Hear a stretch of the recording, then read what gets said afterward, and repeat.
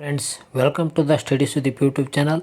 ನೀವೇನಾದರೂ ನಮ್ಮ ಚಾನಲ್ಗೆ ಹೊಸಬರಾದರೆ ಸಬ್ಸ್ಕ್ರೈಬ್ ಮಾಡಿ ಮತ್ತು ಶೇರ್ ಮಾಡಿ, ಲೈಕ್ ಅಂತೂ ಮರೆಯದೆ ಲೈಕ್ ಮಾಡಿ. ಇವತ್ತಿನ ಈ ವಿಡಿಯೋದಲ್ಲಿ ಸ್ಪರ್ಧಾ ಮ್ಯಾಗಝಿನ್ನ ಮಾರ್ಚ್ ತಿಂಗಳ 7ನೇ ಭಾಗವನ್ನು ನೋಡೋಣ. ಫ್ರಾನ್ಸ್ನಲ್ಲಿ ಔಪಚಾರಿಕವಾಗಿ ಆರಂಭವಾದ UPI ಭಾರತ ಪ್ರಧಾನಿಯಿಂದ ಅಭಿನಂದನೆ. 2024 ಫೆಬ್ರವರಿ 2ರಂದು ಪ್ಯಾರಿಸ್ನಲ್ಲಿ ಐಫೆಲ್ ಟವರ್ನಲ್ಲಿ ಯೂನಿಫೈಡ್ ಪೇಮೆಂಟ್ ಇಂಟರ್ಫೇಸ್ UPI ಅನ್ನು ಔಪಚಾರಿಕವಾಗಿ ಪ್ರಾರಂಭಿಸಿದ್ದಕ್ಕಾಗಿ ಫ್ರಾನ್ಸ್ನ ಪ್ರಧಾನಮಂತ್ರಿ ನರೇಂದ್ರ ಮೋದಿ ಅವರು ಅಭಿನಂದಿಸಿದರು. ಡಿಜಿಟಲ್ ಪಾವತಿಗಳನ್ನು ಉತ್ತೇಜಿಸುವ ಮತ್ತು ಸಂಬಂಧಗಳನ್ನು ಬಲಪಡಿಸುವ ಅದ್ಭುತ ಉದಾಹರಣೆ ಎಂದು ಅವರು ಪ್ರಶಂಸಿಸಿದರು. 2024 ಮಾರ್ಚ್ 8ರಂದು ನೇಪಾಳದಲ್ಲಿ NPCIನ UPI ಪಾವತಿ ಸೇವೆ ಆರಂಭವಾಗಿದೆ. 2023 ಸೆಪ್ಟೆಂಬರ್ನಲ್ಲಿ ಭಾರತ, NPCI ಮತ್ತು ನೇಪಾಳದ ಫೋನ್ಪೇ ಪೇಮೆಂಟ್ ಸರ್ವಿಸ್ ನಡುವೆ ಒಪ್ಪಂದವಾಯಿತು. ಕೆಳಕಕ್ಷೆಯಲ್ಲಿ ಯಶಸ್ವಿಯಾಗಿ ಕಾರ್ಯನಿರ್ವಹಿಸುತ್ತಿರುವ DRDOನ ಗ್ರೀನ್ ಪ್ರೊಪಲ್ಷನ್ ಸಿಸ್ಟಮ್. ಭಾರತೀಯ ರಕ್ಷಣಾ ಸಂಶೋಧನಾ ಸಂಸ್ಥೆ ಅಭಿವೃದ್ಧಿಪಡಿಸಿದ ಸಂಸ್ಥೆ DRDO ಸಂಸ್ಥೆಯು ತಂತ್ರಜ್ಞಾನ ಅಭಿವೃದ್ಧಿ ನಿಧಿ ಯೋಜನೆಯಡಿ ಗ್ರೀನ್ ಪ್ರೊಪಲ್ಷನ್ ಸಿಸ್ಟಮನ್ನು ಅಭಿವೃದ್ಧಿಪಡಿಸಲಾಯಿತು. ಈ ಸಿಸ್ಟಮನ್ನು PSLV C-58ನ ಉಪಗ್ರಹದಲ್ಲಿ ಉಡಾವಣೆ ಮಾಡಲಾದ ಪೇಲೋಡ್ನಲ್ಲಿ ಜೋಡಿಸಲಾಗಿತ್ತು. ಈ ಸಿಸ್ಟಮ್ ಕೆಳ ಹಂತದ ಕಕ್ಷೆಯಲ್ಲಿ ಯಶಸ್ವಿಯಾಗಿ ಕಾರ್ಯನಿರ್ವಹಿಸುತ್ತಿದೆ. ಈ ನವೀನ ತಂತ್ರಜ್ಞಾನವು ಕಡಿಮೆ ಕಕ್ಷೆಯಲ್ಲಿ ವಿಷಕಾರಿಯಲ್ಲದ ಮತ್ತು ಪರಿಸರ ಸ್ನೇಹಿ ಪ್ರೊಪಲ್ಷನ್ ಸಿಸ್ಟಮನ್ನು ಉಂಟುಮಾಡುತ್ತದೆ. ಈ ವ್ಯವಸ್ಥೆಯು ಸ್ಥಳೀಯವಾಗಿ ಅಭಿವೃದ್ಧಿಪಡಿಸಿದ ಪ್ರೊಪೆಲ್ಲರ್ ಫಿಲ್ ಮತ್ತು ಡ್ರೈನ್ ವಾಲ್ವ್ಗಳನ್ನು ಒಳಗೊಂಡಿದೆ. ಇದು ಹೆಚ್ಚಿನ ಒತ್ತಡ ಅಗತ್ಯಗಳೊಂದಿಗೆ ಬಾಹ್ಯಾಕಾಶ ಕಾರ್ಯಾಚರಣೆಗೆ ಸೂಕ್ತವಾಗಿದೆ. DRDOನ TDP ಯೋಜನೆಯಡಿ ಗ್ರೀನ್ ಪ್ರೊಪಲ್ಷನ್ ಸಿಸ್ಟಮನ್ನು ಅಭಿವೃದ್ಧಿಪಡಿಸುವಲ್ಲಿ ಬೆಂಗಳೂರು ಮೂಲದ ಸ್ಟಾರ್ಟಪ್ ಆದ ಬೆಲಾಟ್ರಿಕ್ಸ್ ಪ್ರೈವೇಟ್ ಲಿಮಿಟೆಡ್ ಅವರು ಪಾಲುದಾರರಾಗಿದ್ದು, ಈ ಸಿಸ್ಟಮ್ ಅಭಿವೃದ್ಧಿಯಲ್ಲಿ ಕೊಡುಗೆ ನೀಡಿದ್ದಾರೆ. ಅದೇ ರೀತಿಯಾಗಿ ನೋಡೋದಾದರೆ, ಇದೊಂದು DRDO ತಂತ್ರಜ್ಞಾನ ಅಭಿವೃದ್ಧಿ ನಿಧಿ ಯೋಜನೆ. ಇದೊಂದು ರಕ್ಷಣಾ ಸಚಿವಾಲಯದ ಪ್ರಮುಖ ಕಾರ್ಯವಾಗಿದ್ದು, DRDO ಸಂಸ್ಥೆಯು ಮೇಕ್ ಇನ್ ಇಂಡಿಯಾ ಕಾರ್ಯಕ್ರಮದ ಅಡಿಯಲ್ಲಿ ರಕ್ಷಣೆ ಮತ್ತು ಬಾಹ್ಯಾಕಾಶ ಕ್ಷೇತ್ರಕ್ಕೆ ಸಂಬಂಧಿಸಿದಂತೆ ಕಾರ್ಯನಿರ್ವಹಿಸುವ ಸ್ಟಾರ್ಟಪ್ಗಳು ಮತ್ತು SMEಗಳಿಗೆ ಧನ ಸಹಾಯ ಮಾಡುತ್ತದೆ. ಅದೇ ರೀತಿಯಾಗಿ ಪೃಥ್ವಿ ವಿಜ್ಞಾನ ಯೋಜನೆ. ಕೇಂದ್ರ ಭೂ ವಿಜ್ಞಾನ ಸಚಿವಾಲಯ.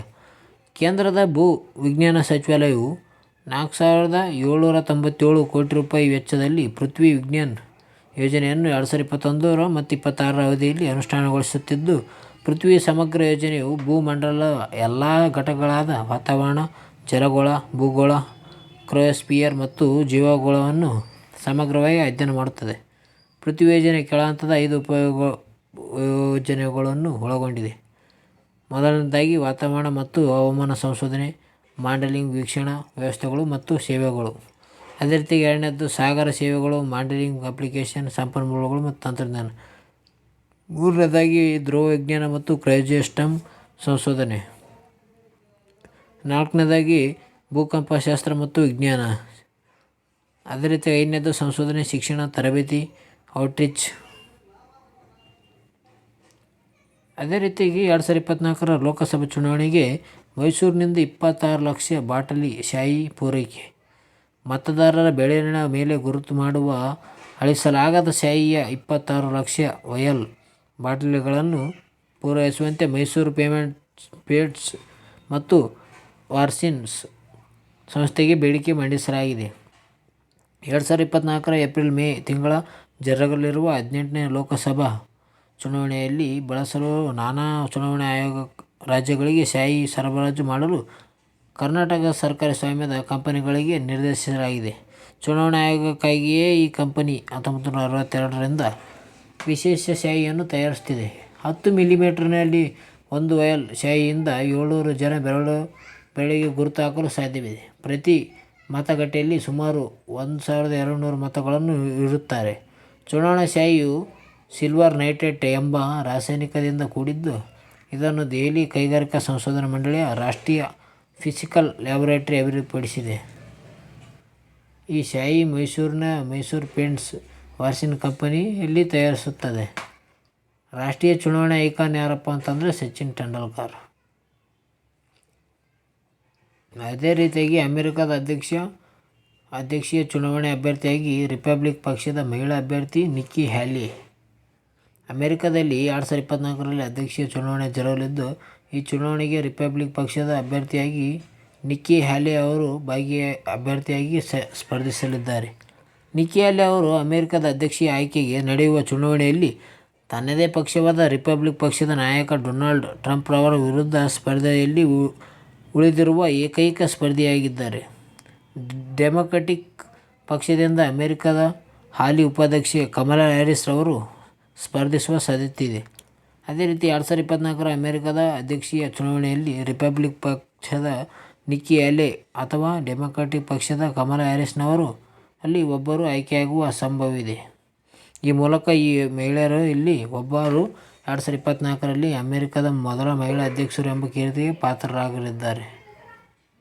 ಇದುವರೆಗೂ ಅಮೆರಿಕದ ಮೊದಲ ಅಧ್ಯಕ್ಷರಾಗಿ ಜಾರ್ಜ್ ವಾಷಿಂಗ್ಟನ್ ಅವರಿಂದ ಪ್ರಸ್ತುತ 46ನೇ ಅಧ್ಯಕ್ಷರಾಗಿ ಜೋ ಬೈಡನ್ ರವರಿಗೆ ಯಾವುದೇ ಓರ್ವ ಮಹಿಳೆ ಅಧ್ಯಕ್ಷೆಯಾಗಿರಲಿಲ್ಲ. ಆದರೆ ಅಮೆರಿಕದ ಮೊದಲ ಮಹಿಳಾ ಮತ್ತು 49ನೇ ಉಪಾಧ್ಯಕ್ಷರಾಗಿ ಭಾರತೀಯ ಮೂಲದ ಕಮಲಾ ಹ್ಯಾರಿಸ್ ರವರು 2021ರ ಜನವರಿ 20ರಂದು ಕಾರ್ಯನಿರ್ವಹಿಸುತ್ತಿದ್ದಾರೆ. ಭಾರತದ ಅತಿದೊಡ್ಡ ಬುಡಕಟ್ಟು ಹಬ್ಬ ಯಾವುದಪ್ಪ ಅಂದರೆ ಸಮ್ಮಕ್ಕ ಸಾರಳಮ್ಮ ಜಾತ್ರೆಯಲ್ಲಿ ತೆಲಂಗಾಣ ಮೇಡಾರಂದಲ್ಲಿ ನಡೆಯಿತು. 2024ರ ಫೆಬ್ರವರಿ 21ರಿಂದ 24ರವರೆಗೆ ತೆಲಂಗಾಣ ರಾಜ್ಯದ ಮೇಡಾರಂನಲ್ಲಿ ತೆಲಂಗಾಣ ಸರ್ಕಾರ ಬುಡಕಟ್ಟು ಕಲ್ಯಾಣ ಇಲಾಖೆ ಸಹಯೋಗದಲ್ಲಿ ದೇಶದ ಅತಿದೊಡ್ಡ ಬುಡಕಟ್ಟು ಹಬ್ಬವಾದ ಸಮ್ಮಕ್ಕ ಸಾರಳಮ್ಮ ಜಾತ್ರೆಯು ಜರುಗಿತು. ಇದು ದ್ವೈವಾರ್ಷಿಕ ಜಾತ್ರೆಯಾಗಿದ್ದು, ಕುಂಭಮೇಳದ ನಂತರದ ಭಾರತದ ಎರಡನೇ ಅತಿದೊಡ್ಡ ಜಾತ್ರೆಯಾಗಿದೆ. ಏಕ್ ಭಾರತ್ ಶ್ರೇಷ್ಠ ಭಾರತ್ ಅನ್ನು ಸಂಕೇತಿಸುತ್ತದೆ. ಬುಡಕಟ್ಟು ವ್ಯವಹಾರಗಳ ಸಚಿವಾಲಯವು ಬುಡಕಟ್ಟು ಸಂಸ್ಕೃತಿ ಮತ್ತು ಪರಂಪರೆಯನ್ನು ಉತ್ತೇಜಿಸಲು 2024ರ ಮೇಡಾರಂ ಜಾತ್ರೆಗೆ $2.30 ಕೋಟಿ ರೂಪಾಯಿಗಳನ್ನು ಬಿಡುಗಡೆ ಮಾಡಿತ್ತು. ಈ ಜಾತ್ರೆಗೆ ಕೋಯಾ ಬುಡಕಟ್ಟು ಜನಾಂಗದವರು 4 ದಿನಗಳ ಕಾಲ ಆಚರಿಸುತ್ತಾರೆ.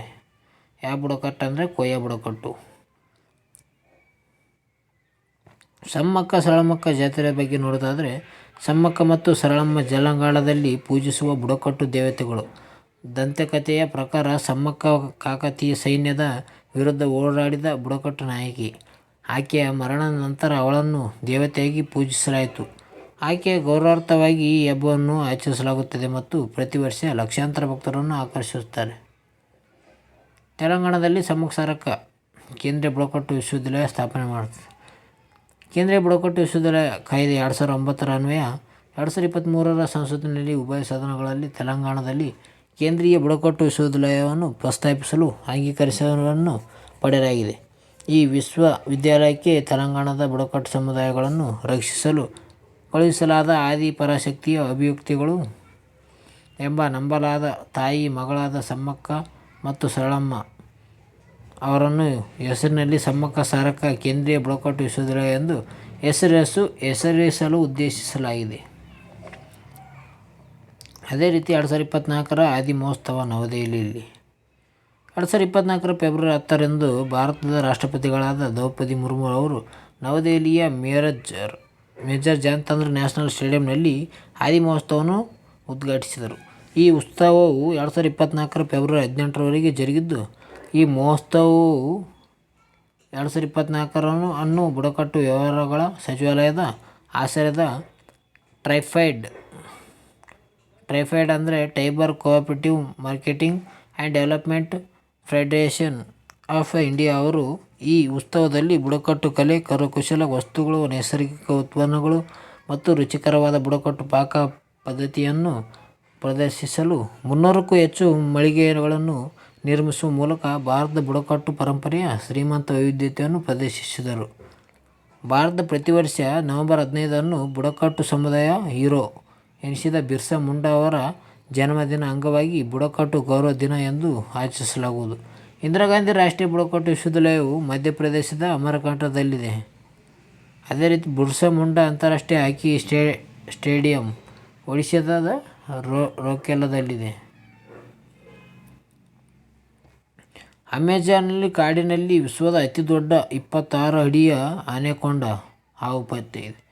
ನ್ಯಾಷನಲ್ ಜಿಯೋಗ್ರಫಿ ಡಿಸ್ಕವರಿ ಚಾನೆಲ್ನಲ್ಲಿ ಪ್ರಸಾರವಾಗುವ ಪೋಲ್ ಟು ಪೋಲ್ ಕಾರ್ಯಕ್ರಮದ ಚಿತ್ರೀಕರಣದ ವೇಳೆ ವಿಲ್ ಸ್ಮಿತ್ ಅವರಿಗೆ 26 ಅಡಿ ಉದ್ದದ ಹಸಿರು ಆನೆಕೊಂಡ ತಳಿಯು ಹಾವು ಪತ್ತೆಯಾಗಿದೆ. ಈ ಹಾವು ಅಪರೂಪದ ಗ್ರೀನ್ ಆನೆಕೊಂಡ ತಳಿಗೆ ಸೇರಿದ್ದು, 26 ಅಡಿ ಉದ್ದದ ಹಾಗೂ ಸುಮಾರು 200 kg ತೂಕವಿದೆ. ಇದರ ತಲೆಭಾಗವು ಮಾನವನ ತಲೆಯಷ್ಟೇ ಬೃಹತ್ ಗಾತ್ರ ಹೊಂದಿದ್ದು, ಇವು ತಮ್ಮ ಬೇಟೆಗಳಿಗಿಂತ ವೇಗವಾಗಿ ಚಲಿಸುವ ಸಾಮರ್ಥ್ಯವುಳ್ಳವಾಗಿವೆ. ಈ ಹಾವನ್ನು ಅಮೆರಿಕದ ತಜ್ಞರು ಮತ್ತು ಸಾಹಸಿ ವನ್ಯಜೀವಿ ಛಾಯಾಚಿತ್ರಗ್ರಾಹಕರು ವಿಶ್ವದ ಅತಿ ದೊಡ್ಡ ಹಾವು ಎನಿಸಿದ್ದಾರೆ. ಹಾವಿನ ಯುಗಗಳ ಬಗ್ಗೆ ವಿಶೇಷ ನೋಡುವುದಾದರೆ, ಹಾವಿನ ಬಗ್ಗೆ ಅಧ್ಯಯನ ಮಾಡುವುದನ್ನು ಸರ್ಪೆಟಾಲಜಿ ಎಂದು ಕರೆಯುತ್ತಾರೆ. ಹಾವುಗಳಲ್ಲಿ ಅತಿ ದೊಡ್ಡ ಹಾವು ಆನೆಕೊಂಡ. ಹಾವನ್ನೇ ತಿನ್ನುವ ಹಾವು, ಗೂಡು ಕಟ್ಟುವ ಹಾವು ಕಾಳಿಂಗ ಸರ್ಪ. ಕಾಳಿಂಗ ಸರ್ಪವು ಪಶ್ಚಿಮ ಘಟ್ಟಗಳಲ್ಲಿ ಕಂಡುಬರುತ್ತವೆ. ಅದರಲ್ಲೂ ವಿಶೇಷವಾಗಿ ಆಗುಂಬೆಗಳಲ್ಲಿ ಕಂಡುಬರುತ್ತದೆ. ಆಗುಂಬೆಯನ್ನು ಕಾಳಿಂಗ ಸರ್ಪಗಳ ತಾಣ ಎಂದು ಕರೆಯುತ್ತಾರೆ. ಕಾಳಿಂಗ ಸರ್ಪವನ್ನು ಭಾರತದ ಸರ್ಕಾರವು ರಾಷ್ಟ್ರೀಯ ಸರೀಸೃಪ ಎಂದು ಘೋಷಿಸಿದೆ. ಕರ್ನಾಟಕದ ಕಾರ್ಕಳ ಕೆರೆಯಲ್ಲಿ ಮೈಮೇಲೆ ಅಣಬೆ ಇರುವ ಕಪ್ಪೆ ಪತ್ತೆ. ಮರ ಗಿಡಗಳ ಮೇಲೆ ಕುಳಿತ ವಸ್ತುಗಳ ಮೇಲೆ ಅಣಬೆ ಬೆಳೆಯುವುದು ಸಾಮಾನ್ಯ. ಆದರೆ ಕರ್ನಾಟಕದ ಉಡುಪಿ ಜಿಲ್ಲೆಯ ಕಾರ್ಕಳ ಸಮೀಪದಲ್ಲಿ ಕೆರೆಯೊಂದರಲ್ಲಿ ತನ್ನ ಮೈಮೇಲೆ ಅಣಬೆ ಬೆಳೆಯಲು ಅವಕಾಶ ನೀಡುವ ಕಪ್ಪೆಯೊಂದು ಪತ್ತೆಯಾಗಿದೆ. ರೆಪ್ಟೈಲ್ಸ್ ಮತ್ತು ಆಂಫಿಬಿಯನ್ಸ್ ಎಂಬ ವಿಜ್ಞಾನಿಗಳ ಪತ್ರಿಕೆಯಲ್ಲಿ ಇದು ವರದಿಯಾಗಿದೆ. ವರದಿಯಲ್ಲಿ ಪ್ರಕಟವಾಗಿರುವ ಚಿತ್ರದಲ್ಲಿ ಕಪ್ಪೆಯ ಒಂದು ಬದಿಯಲ್ಲಿ ಸಣ್ಣದೊಂದು ಅಣಬೆ ಬೆಳೆದಿರುವುದು ಕಾಣುತ್ತದೆ. ಮಳೆಗಾಲದಲ್ಲಿ ಮಾತ್ರ ನೀರು ತುಂಬಿರುವ ಸಣ್ಣ ಕೆರೆಗಳಲ್ಲಿ ಇಂಥ 10 ಕಪ್ಪೆಗಳು ಪತ್ತೆಯಾಗಿವೆ. ಮೇಲ್ನೋಟಕ್ಕೆ ಸಾಮಾನ್ಯ ಕಪ್ಪೆಗಳಂತೆ ಕಂಡುಬಂದರೂ ಸೂಕ್ಷ್ಮವಾಗಿ ಅವಲೋಕಿಸಿದಾಗ ಅವುಗಳ ಮೇಲೆ ಅಣಬೆ ಬೆಳೆದಿರುವುದು ಕಂಡುಬರುತ್ತದೆ. ಕಪ್ಪೆಯ ಮೇಲೆ ಹೀಗೆ ಕಂಡುಬಂದ ಅಣಬೆಯನ್ನು ಬೋನೆಟ್ ಮಶ್ರೂಮ್ ಎಂದು ಗುರುತಿಸಲಾಗಿದೆ. ಇವು ಸಾಮಾನ್ಯವಾಗಿ ಕೊಳೆತ ಮರಗಳ ಮೇಲೆ ಕಂಡುಬರುತ್ತವೆ. ಕಪ್ಪೆಯ ಮೈಮೇಲೆ ಅಣಬೆ ಬೆಳೆದಿರುವುದು ನೈಸರ್ಗಿಕ ಪರಿಸರದಲ್ಲಿ ಉಭಯಚರಗಳ ಮತ್ತು ಶಿಲೀಂಧ್ರಗಳ ನಡುವಿನ ಸಂಬಂಧವನ್ನು ಕುರಿತು ಬೆಳಕು ಚೆಲ್ಲುತ್ತದೆ. ಒಂದು ಜೀವಂತ ಜೀವಿಯ ಮೇಲೆ ಅಣಬೆ ಬೆಳೆದಿರುವುದು ಜಗತ್ತಿನ ಇದೇ ಮೊದಲು. ಅದೇ ರೀತಿಯಾಗಿ ನಿವ್ವಳ ಶೂನ್ಯ ಇಂಗಾಲ ಮತ್ತು ಡಿಜಿಟಲ್ ರೂಪಾಂತರದ ಉಭಯ ಪರಿವರ್ತನೆ ಅಂತಾರಾಷ್ಟ್ರೀಯ ಸಮ್ಮೇಳನ ಆತಿಥ್ಯ ಬೆಂಗಳೂರು ನಗರ ವಿಶ್ವವಿದ್ಯಾಲಯ. ಇಂಗ್ಲೆಂಡ್ನ ಬರ್ಮಿಂಗ್ಹ್ಯಾಮ್ನಲ್ಲಿ ವಿಶ್ವವಿದ್ಯಾಲಯ ಸಂಯೋಗದಲ್ಲಿ 2024 ಫೆಬ್ರವರಿ 16 ಮತ್ತು 17ರಂದು ನಿವ್ವಳ ಶೂನ್ಯ ಇಂಗಾಲ ಮತ್ತು ಡಿಜಿಟಲ್ ರೂಪಾಂತರ ಉಭಯ ಪರಿವರ್ತನಾ ಎಂಬ ಅಂತಾರಾಷ್ಟ್ರೀಯ ಸಮ್ಮೇಳನವನ್ನು ಬೆಂಗಳೂರು ನಗರ ವಿಶ್ವವಿದ್ಯಾಲಯವು ಹಮ್ಮಿಕೊಳ್ಳಲಾಯಿತು. ವಾತಾವರಣದಲ್ಲಿ ಕಾರ್ಬನ್ ನಿರ್ವಹಣೆ ಮಾಡುವ ಕುರಿತು 2 ವಿಶ್ವವಿದ್ಯಾಲಯಗಳು ಸಂಶೋಧನೆ ನಡೆಸಲು 2023 ಮಾರ್ಚ್ನಲ್ಲಿ ಒಡಂಬಡಿಕೆ ಮಾಡಿಕೊಂಡಿದ್ದವು. ಸಂಶೋಧನೆಯ ಕರಡು ಆಧಾರದಲ್ಲಿ ಸಮ್ಮೇಳನದಲ್ಲಿ ಚರ್ಚಿಸಿದವು ನಡೆಸಲಾಗುತ್ತದೆ. ಈ ವರದಿ ಅನ್ವಯ ಆಧಾರದಲ್ಲಿ ಪಠ್ಯಪುಸ್ತಕ ರಚನೆ ಸೇರಿ ಹಲವು ಕ್ರಮ ಕೈಗೊಳ್ಳಲಾಗುತ್ತಿದೆ. ಜಗತ್ತಿನಲ್ಲಿ ಬಹುತೇಕ ದೇಶಗಳು 2050ರ ವೇಳೆಗೆ ನಿವ್ವಳ ಇಂಗಾಲ ಶೂನ್ಯ ಗುರಿಯನ್ನು ಹೊಂದಿವೆ. ಅದೇ ರೀತಿ ಭಾರತವು 2070ರ ವೇಳೆಗೆ ನೆಟ್ ಜೀರೋ ಗುರಿ ಸಾಧಿಸುವ ಉದ್ದೇಶ ಹೊಂದಿದೆ. ವಿಶ್ವ ಸಾಮಾಜಿಕ ನ್ಯಾಯ ದಿನ 2024 ಫೆಬ್ರವರಿ 20. 2024 ಫೆಬ್ರವರಿ 20ರಂದು ಬ್ರಿಡ್ಜಿಂಗ್ ಗ್ಯಾಪ್ಸ್ ಬಿಲ್ಡಿಂಗ್ ಅಲೈಯನ್ಸ್ ಎಂಬ ದೇಶದಲ್ಲಿ ವಿಶ್ವದ ಸಾಮಾಜಿಕ ನ್ಯಾಯ ದಿನ world day of the social justice ವನ್ನು ಆಚರಿಸಲಾಗಿದೆ. 2007ರಲ್ಲಿ ವಿಶ್ವಸಂಸ್ಥೆಯು ಫೆಬ್ರವರಿ 20ರ ವಿಶ್ವ ಸಾಮಾಜಿಕ ನ್ಯಾಯ ದಿನವನ್ನಾಗಿ ಘೋಷಿಸಲಾಯಿತು. ಸಮಾಜದ ಅಭಿವೃದ್ಧಿಯಾಗಬೇಕಾದರೆ ಶಾಂತಿಯುತ ವಾತಾವರಣ ನಿರ್ಮಾಣ ಮತ್ತು ಸಮಾನತೆ ಜಾರಿಗೆ ಮುಂತಾದ ಕ್ರಮಗಳನ್ನು ಕೈಗೊಳ್ಳುವ ಅಗತ್ಯವಿದೆ. ಎಲ್ಲಕ್ಕಿಂತ ಹೆಚ್ಚಾಗಿ ಸಾಮಾಜಿಕ ನ್ಯಾಯ ವ್ಯವಸ್ಥೆ ಸರಿಯಾಗಿ ಕಾರ್ಯನಿರ್ವಹಿಸಬೇಕಾಗಿರುತ್ತದೆ. ಅಲ್ಲದೆ ಜಗತ್ತಿನಾದ್ಯಂತ ಕಾರ್ಮಿಕ ನೀತಿಯ ಉಲ್ಲಂಘನೆ ಪ್ರಕರಣಗಳು ವರದಿಯಾದ ಹಿನ್ನೆಲೆಯಲ್ಲಿ ಅಂತಾರಾಷ್ಟ್ರೀಯ ಕಾರ್ಮಿಕ ಮತ್ತು ಸಾಮಾಜಿಕ ನ್ಯಾಯ ದಿನವನ್ನು ಆಚರಿಸಲು ಆಗ್ರಹಿಸಿತು. ಭಾರತದಲ್ಲಿ ಸಾಮಾಜಿಕ ನ್ಯಾಯ ಕ್ಷೇತ್ರದಲ್ಲಿ ಪಿತಾಮಹ ಎಂದು ಡಾಕ್ಟರ್ ಬಿ.ಆರ್. ಅಂಬೇಡ್ಕರ್ ಅವರನ್ನು ಕರೆಯಲಾಗುತ್ತದೆ. ಭಾರತದ ಸಾಮಾಜಿಕ ನ್ಯಾಯ ಕ್ಷೇತ್ರದ ಪಿತಾಮಹ ಎಂದು ಡಾಕ್ಟರ್ ಬಿ.ಆರ್. ಅಂಬೇಡ್ಕರ್ ಅವರನ್ನು ಕರೆಯಲಾಗುತ್ತದೆ. 2024ರ ಜನವರಿ 19ರಂದು ಆಂಧ್ರ ಪ್ರದೇಶದ ವಿಜಯವಾಡದಲ್ಲಿ 120 ಅಡಿ ಎತ್ತರದ ಸಾಮಾಜಿಕ ನ್ಯಾಯ ಪ್ರತಿಮೆ ಅಥವಾ ಡಾಕ್ಟರ್ ಬಿ.ಆರ್. ಅಂಬೇಡ್ಕರ್ ಸ್ಮೃತಿವನಂ ಎಂಬ ಪ್ರತಿಮೆಯನ್ನು ಅನಾವರಣ ಮಾಡಲಾಗಿದೆ. ಇದು ಭಾರತದ ಅತ್ಯಂತ ಎತ್ತರದ ಪ್ರತಿಮೆಗಳಲ್ಲಿ 4ನೇ ಸ್ಥಾನ ಹೊಂದಿದೆ. ಡಾಕ್ಟರ್ BR ಅಂಬೇಡ್ಕರ್ ಅವರು ಜ್ಞಾನ ಮತ್ತು ಪ್ರತಿಮೆ ಇರುವ ಸ್ಥಳ ಮಹಾರಾಷ್ಟ್ರದ ಲಾಟೂರ್. ಅದೇ ರೀತಿ ಕನ್ನಡದ ಮೊದಲ ರಾಜಧಾನಿ ಬನವಾಸಿಯಲ್ಲಿ ಕದಂಬೋತ್ಸವ. 2024 ಮಾರ್ಚ್ 5ರಂದು ಉತ್ತರ ಕನ್ನಡ ಜಿಲ್ಲೆಯ ಬನವಾಸಿಯಲ್ಲಿ ಕದಂಬೋತ್ಸವದ ಬನವಾಸಿಯಲ್ಲಿ ಜರುಗಿತು. ಮುಖ್ಯಮಂತ್ರಿ ಸಿದ್ದರಾಮಯ್ಯ ಅವರು ಕದಂಬೋತ್ಸವವನ್ನು ಉದ್ಘಾಟಿಸಿದರು. ಈ ಕದಂಬೋತ್ಸವವನ್ನು ಉತ್ತರ ಕನ್ನಡ ಜಿಲ್ಲಾಡಳಿತ ಪ್ರವಾಸೋದ್ಯಮ ಇಲಾಖೆಯು ಬನವಾಸಿ ಅಭಿವೃದ್ಧಿ ಪ್ರಾಧಿಕಾರ ಆಯೋಜಿಸಿತು. ಐತಿಹಾಸಿಕ ಮಹತ್ವವುಳ್ಳ ಪ್ರತಿಷ್ಠಿತ ಪಂಪ ಪ್ರಶಸ್ತಿಯನ್ನು ಕದಂಬೋತ್ಸವದಲ್ಲಿ ನೀಡಲಾಗುತ್ತಿತ್ತು. ಆದರೆ 2023-24ನೇ ಸಾಲಿನ ಪಂಪ ಪ್ರಶಸ್ತಿಯನ್ನು ಕನ್ನಡ ಮತ್ತು ಸಂಸ್ಕೃತಿ ಇಲಾಖೆಯು ನ್ಯಾ ಡಿಸೋಜ ಅವರಿಗೆ 2024 ಜನವರಿ 25ರಂದು ಘೋಷಿಸಿತು ಮತ್ತು 2024 ಜನವರಿ 31ರಂದು ರವೀಂದ್ರ ಕಲಾಕ್ಷೇತ್ರದಲ್ಲಿ ಆಯೋಜಿಸಲಾಗಿದ್ದ ಸಮಾರಂಭದಲ್ಲಿ ಇತರ ಹಲವು ಪ್ರಶಸ್ತಿಗಳ ಜೊತೆಗೆ ಪಂಪ ಪ್ರಶಸ್ತಿಯನ್ನು ಪ್ರದಾನ ಮಾಡಲಾಯಿತು. ಪಂಪನ ಕರ್ಮಭೂಮಿಯಾಗಿರುವ ಬನವಾಸಿಯಲ್ಲಿ ಅದ್ದೂರಿಯಾಗಿ ಕದಂಬೋತ್ಸವ ನಡೆಸಿ ಕಳೆದ 28 ವರ್ಷಗಳಿಂದ ನಡೆಯುತ್ತಿದ್ದ ಪದ್ಧತಿಯನ್ನು ಮುರಿದು ಬೆಂಗಳೂರಿನಲ್ಲಿ ಪ್ರಶಸ್ತಿಯನ್ನು ಪ್ರದಾನ ಮಾಡಲಿರುವುದು ಕದಂಬೋತ್ಸವದ ಮಹತ್ವವನ್ನು ಕಳೆದುಕೊಂಡಿದೆ.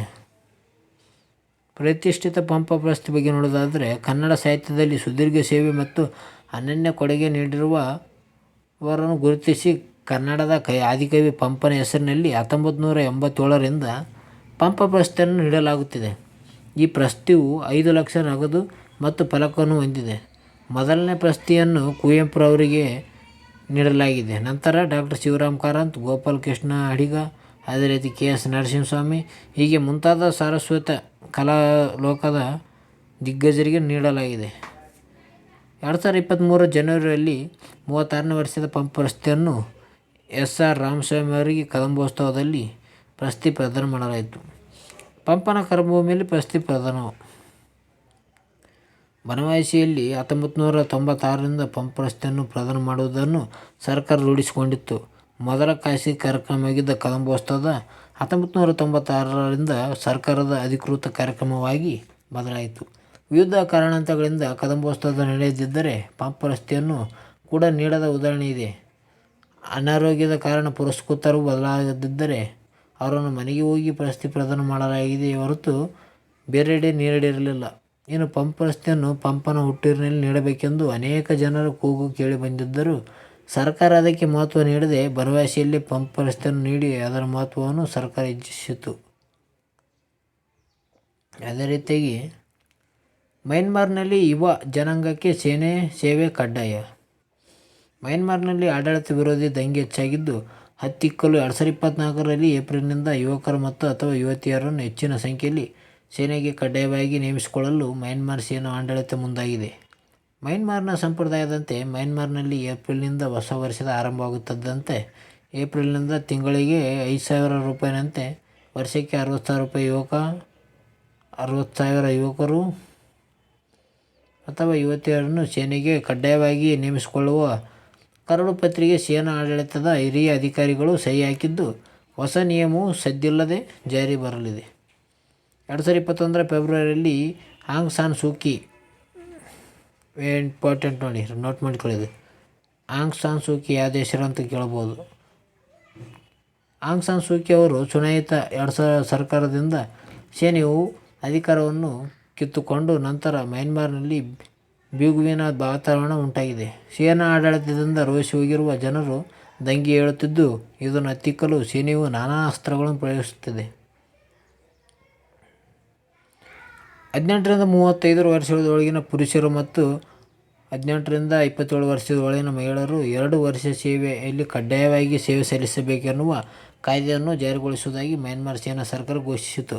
ಪ್ರಜಾಪ್ರಭುತ್ವದ ಪರ ಧ್ವನಿ ಎತ್ತಿರುವ ಅನೇಕ ಹೋರಾಟಗಾರರನ್ನು ಸೇನೆಯು ಬಂಧಿಸಿ ಜೈಲಿನಲ್ಲಿಟ್ಟಿದೆ. ಪ್ರಸ್ತುತವಾಗಿ ಮಯನ್ಮಾರ್ ಸೇನೆಯು ಸುಮಾರು 1.50 ಲಕ್ಷದಿಂದ 4 ಲಕ್ಷದವರೆಗೆ ಸಿಬ್ಬಂದಿಯನ್ನು ಹೊಂದಿರಬಹುದೆಂದು ಅಮೆರಿಕ ಅಂದಾಜಿಸಿದೆ.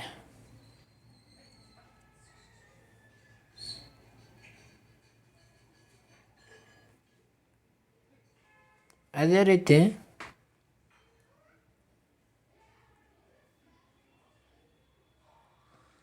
ರೀತಿ ಗುರುಸ್ವಾಮಿ ಕಲಕೇರಿಗೆ ಪುಟ್ಟರಾಜು ಸನ್ಮಾನ ರಾಷ್ಟ್ರೀಯ ಪ್ರಶಸ್ತಿ. ಡಾಕ್ಟರ್ ಪುಟ್ಟರಾಜು ಗವಾಯಿ ಪ್ರತಿಷ್ಠಾನದ ಪುಟ್ಟರಾಜು ಸಮ್ಮಾನ್ ರಾಷ್ಟ್ರೀಯ ಪ್ರಶಸ್ತಿಗೆ ಗದುಗಿನ ರಾಜಗುರು ಗುರುಸ್ವಾಮಿ ಕಲ್ಕೇರಿ ಅವರು ಆಯ್ಕೆಯಾಗಿದ್ದಾರೆ. ಈ ಪುರಸ್ಕೃತ 1,00,000 ನಗದು ಮತ್ತು ಫಲಕವನ್ನು ಒಳಗೊಂಡಿದೆ. ಡಾಕ್ಟರ್ ಪುಟ್ಟರಾಜು ಗವಾಯಿ ಅವರ ಜನ್ಮದಿನಾಚರಣೆಯನ್ನು 2024 ಮಾರ್ಚ್ 3ರಂದು ಆಚರಿಸಲಾಗಿದ್ದು, ಈ ಸಂದರ್ಭದಲ್ಲಿ ಪ್ರಶಸ್ತಿ ಪುರಸ್ಕೃತರಿಗೆ ಧಾರವಾಡದಲ್ಲಿ ಪ್ರಶಸ್ತಿಯನ್ನು ಪ್ರದಾನ ಮಾಡಲಾಗಿದೆ. ಹಿಂದೂಸ್ತಾನಿ ಸಂಗೀತ ಮತ್ತು ಕರ್ನಾಟಕ ಸಂಗೀತ ಶೈಲಿಯಲ್ಲಿ ಖ್ಯಾತರಾಗಿದ್ದ ಪುಟ್ಟರಾಜು ಗವಾಯಿ ಅವರಿಗೆ ಉಭಯ ಗಾನ ವದನಾಚಾರ್ಯ, ಗಾನಯೋಗಿ, ಕವಿ ಶಿರೋಮಣಿ, ತ್ರಿಭಾಷಾ ಕವಿರತ್ನ ಪುಟ್ಟಜ್ಜ ಎಂಬ ಖ್ಯಾತಿನಾಮಗಳಿದ್ದವು. 1969ರಲ್ಲಿ ಪಂಚಾಕ್ಷರಿ ವಾಣಿ ಮಾಸಪತ್ರಿಕೆಯನ್ನು ಆರಂಭಿಸಿದರು. ಅದೇ ರೀತಿಯಾಗಿ ತಮಿಳುನಾಡು ಮತ್ತು ಪುದುಚೇರಿಯಲ್ಲಿ ಸರ್ಕಾರಗಳಿಂದ ಕಾಟನ್ ಕ್ಯಾಂಡಿಗೆ ನಿಷೇಧ. ಅದೇ ರೀತಿ ಇತ್ತೀಚೆಗೆ ಕರ್ನಾಟಕದಲ್ಲಿ ಕೂಡ ನಿಷೇಧ ಮಾಡಲಾಗಿದೆ ಗೋಬಿ ಮಂಚೂರಿ ಮತ್ತು ಕಾಟನ್ ಕ್ಯಾಂಡಿ. ಸರ್ಕಾರ ಮಿಠಾಯಿ, ಬಾಂಬೆ ಮಿಠಾಯಿ ಎಂದು ಕರೆಯಲ್ಪಡುವ ಸಕ್ಕರೆ ಮಿಠಾಯಿ, ಅದೇ ರೀತಿ ಮಕ್ಕಳಿಗೆ ಪ್ರಿಯವಾದ ತಿನಿಸುಗಳಲ್ಲಿ ಒಂದಾದ ಕಾಟನ್ ಕ್ಯಾಂಡಿಗಳಲ್ಲಿ ಕ್ಯಾನ್ಸರ್ಕಾರಕ ಅಂಶಗಳನ್ನು ಪತ್ತೆಯಾದ ಹಿನ್ನೆಲೆಯಲ್ಲಿ ಅವುಗಳನ್ನು ಮಾರಾಟ ತಮಿಳುನಾಡು ಮತ್ತು ಪುದುಚೇರಿ ಸರ್ಕಾರಗಳು ನಿಷೇಧ ಹೇರಿವೆ. ಇತ್ತೀಚೆಗೆ ಗೋವಾದ ಮಾಪುಸಾ ನಗರದಲ್ಲಿ ಸೋಪು ಪೌಡರ್ ಬಳಸುವ ತಯಾರಿಸಿದ ಸಾಸ್ಗಳನ್ನು ಬಳಸಲಾಗುತ್ತಿದೆ ಎಂಬ ಕಾರಣಕ್ಕೆ ಗೋಬಿ ಮಂಚೂರಿ ಮಾರಾಟ ನಿಷೇಧಿಸಲಾಗಿತ್ತು. ಅದರ ಬೆನ್ನಲ್ಲೇ ಮತ್ತೊಂದು ಜನಪ್ರಿಯ ತಿನಿಸದ ನಿಷೇಧ ಹೇರಿದಂತಾಗಿದೆ.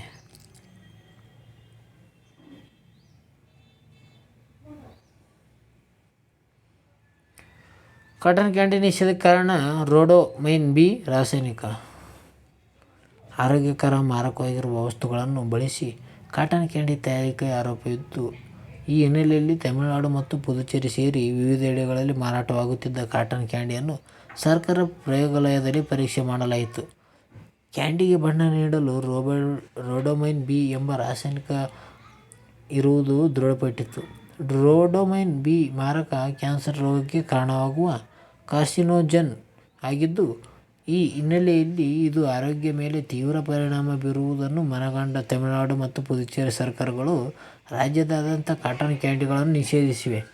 ಜಾತ್ರೆ ಸೇರಿದಂತೆ ದೊಡ್ಡ ಸಾರ್ವಜನಿಕ ಸಮಾರಂಭಗಳಲ್ಲಿ ಉದ್ದನೆಯ ಕೋಲಿಗೆ ಗುಲಾಬಿ ಬಣ್ಣದ ಕಾಟನ್ ಕ್ಯಾಂಡಿಗಳನ್ನು ಕಟ್ಟಿಕೊಂಡು ಮಾರಾಟ ಮಾಡುವ ದೃಶ್ಯ ಸಾಮಾನ್ಯವಾಗಿ ಕಂಡುಬರುತ್ತಿತ್ತು. ಕರ್ನಾಟಕ ರಾಜ್ಯದಲ್ಲೂ ಕಾಟನ್ ಕ್ಯಾಂಡಿ ಮತ್ತು ಅದರ ಸಂಗ್ರಹ ಆರಂಭವಾಗಿದೆ. ತಮಿಳುನಾಡು ಮತ್ತು ಪುದುಚೇರಿ ಸರ್ಕಾರಗಳು ಕಾಟನ್ ಕ್ಯಾಂಡಿಯನ್ನು ನಿಷೇಧ ಮಾಡಿದ ಬೆನ್ನಲ್ಲೇ ಸಂಗ್ರಹಿಸುವ ಕಾರ್ಯ ಆರಂಭಿಸಿದೆ ಕರ್ನಾಟಕ. ಇಂತಹ ಆಹಾರ ಪದಾರ್ಥಗಳನ್ನು ಮಾರಾಟ ಮಾಡುವುದು ಶಿಕ್ಷಾರ್ಹ ಅಪರಾಧವಾಗಿದ್ದು, ಆಹಾರ ಸುರಕ್ಷತೆ ಮತ್ತು ಗುಣಮಟ್ಟ ಕಾಯ್ದೆ 2006 ಅನ್ವಯ ಅಂತಹವರ ವಿರುದ್ಧ ಕಠಿಣ ಕ್ರಮ ಕೈಗೊಳ್ಳುವಂತೆ ಆಹಾರ ಸುರಕ್ಷಾ ಅಧಿಕಾರಿಗಳಿಗೆ ಆರೋಗ್ಯ ಸಚಿವರು ಸೂಚನೆ ನೀಡಿದ್ದಾರೆ. Food safety and standard authority of India FSSAI ಎಂಬುದು 2008 ಸೆಪ್ಟೆಂಬರ್ 5ರಂದು ಸ್ಥಾಪನೆಯಾಗಿದ್ದು, ಕೇಂದ್ರ ಆರೋಗ್ಯ ಮತ್ತು ಕುಟುಂಬ ಕಲ್ಯಾಣ ಸಚಿವಾಲಯದ ಅಡಿಯಲ್ಲಿ ಕಾರ್ಯನಿರ್ವಹಿಸುತ್ತಿರುವ ಆಹಾರ ಸುರಕ್ಷತೆ ಮತ್ತು ಗುಣಮಟ್ಟ ಪ್ರಾಧಿಕಾರದ ನಿಯಂತ್ರಕ ಶಾಸನಬದ್ಧ ಸಂಸ್ಥೆಯಾಗಿದೆ.